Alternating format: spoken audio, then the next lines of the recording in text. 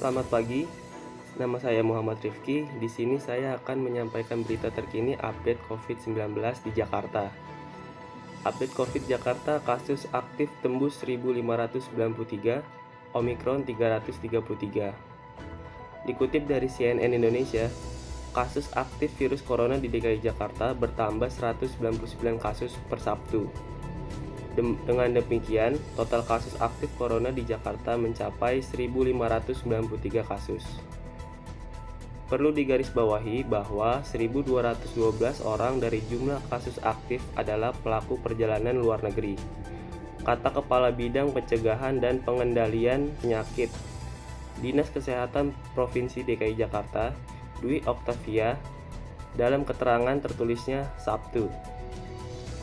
Dwi menambahkan, hari ini Jakarta mencatatkan penambahan 278 kasus positif baru, sehingga total kasus positif di ibu kota mencapai 800.666.909 kasus. Dari tambahan 278 kasus itu, menurut Dwi, 230 diantaranya merupakan pelaku perjalanan luar negeri. Selain itu, berdasarkan data Dinas Kesehatan DKI Jakarta, jumlah kasus virus corona varian Omikron di Jakarta sampai hari ini mencapai 333 orang. Dari 333 orang yang terinfeksi, 84,1% diantaranya atau 280 orang merupakan pelaku perjalanan luar negeri, sedangkan 53 lainnya transmisi lokal. Dari jumlah kasus positif, total orang dinyatakan telah sembuh sebanyak 800.051.727 orang, sementara 13.589 orang meninggal dunia. Untuk presentasi kasus positif, sepekan terakhir di Jakarta sebesar 1,8%, sedangkan presentasi kasus positif secara total sebesar 11%. Dwi menekankan Pemprov DKI terus menggencarkan upaya testing, tracing, treatment dalam menangani pandemi COVID-19. Di sisi lain, program vaksinasi juga masih terus berjalan. Untuk vaksinasi program, total dosis 1 saat ini sebanyak 11.954.112 orang. Dengan proporsi 70% merupakan warga ber-KTP DKI dan 30% warga KTP non-DKI. Sementara total dosis 2 kini mencapai 9.334.597 orang. Dengan proporsi 71% merupakan warga ber-KTP DKI dan 29% warga KTP non-DKI. Berita selanjutnya, libur Nataru, COVID-19 naik 0,74%. Ini upaya Pemkot Tangerang. Dikutip dari berita1.com, pasca libur Natal dan Tahun Baru 2022, kasus COVID-19 di Kota Tangerang naik sekitar 0,74%. Hal ini disikapi Dinas Kesehatan Kota Tangerang dengan melakukan surveillance di masyarakat. Pasca libur Nataru naik sedikit sekitar 0,74%, tidak sampai 1%. Semoga terkendali, kata di Kepala Dinas Kesehatan Kota Tangerang, Dr. Dini Anggraini saat dihubungi. Dini menyatakan pihak akan terus melakukan surveillance kepada masyarakat, khususnya di dunia pendidikan dengan akan melakukan swab PCR massal. Kita terus lakukan surveillance acak kepada masyarakat, baik di lingkungan sekolah, tempat keramaian, dan Bandara Soekarno-Hatta, terangnya.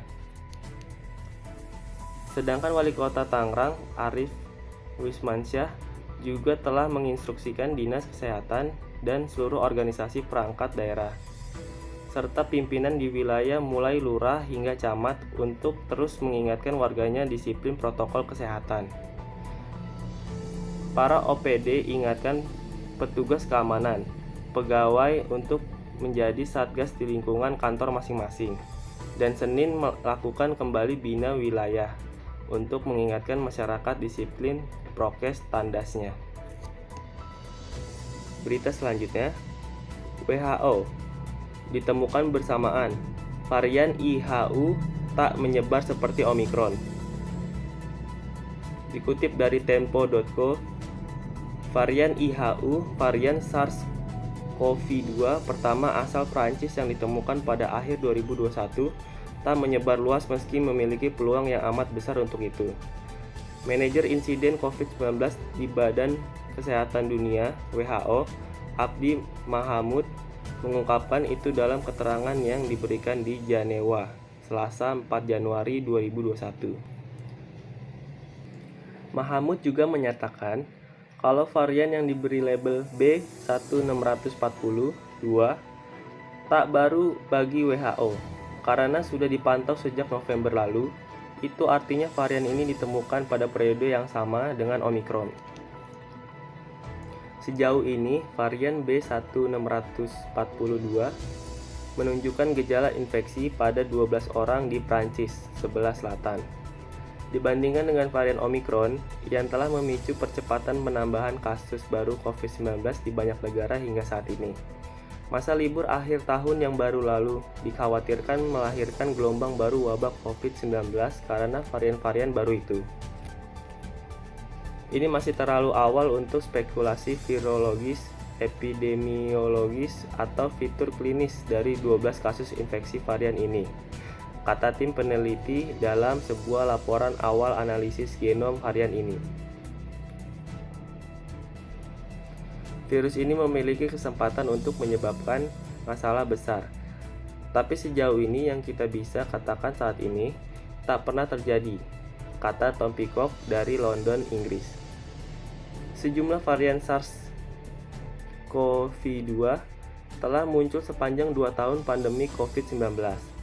Tapi hanya sebagian kecil saja yang mampu menyebar luas.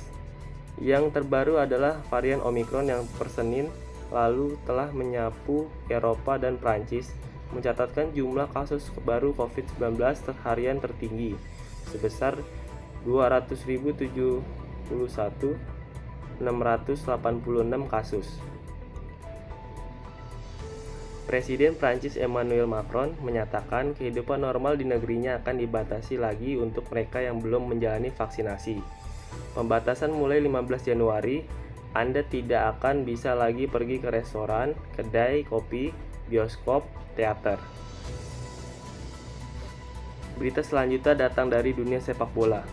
Berita terkini PSG, Lionel Messi pulih dari COVID-19, bisa main versus Lyon. Dikutip dari tempo.co, klub kaya Liga Prancis, Paris Saint-Germain (PSG) mengumumkan bahwa Lionel Messi sudah kembali ke Paris setelah dites negatif COVID-19 Kamis. Pemain itu segera bergabung dengan sesi latihan bersama rekan-rekannya dalam beberapa hari ke depan. Ia diperkirakan bisa tampil dalam lanjutan Liga Prancis akhir pekan ini. Messi sebelumnya dilaporkan menjadi satu dari 4 pemain PSG yang dites positif COVID-19 pada Minggu 2 Januari 2022. Messi absen ketika PSG melumat tim strata keempat Vannes 4-0 dalam pertandingan 32 besar Piala Prancis, Senin 3 Januari. Kala itu, Kylian Mbappe jadi andalan PSG dan memborong 3 gol.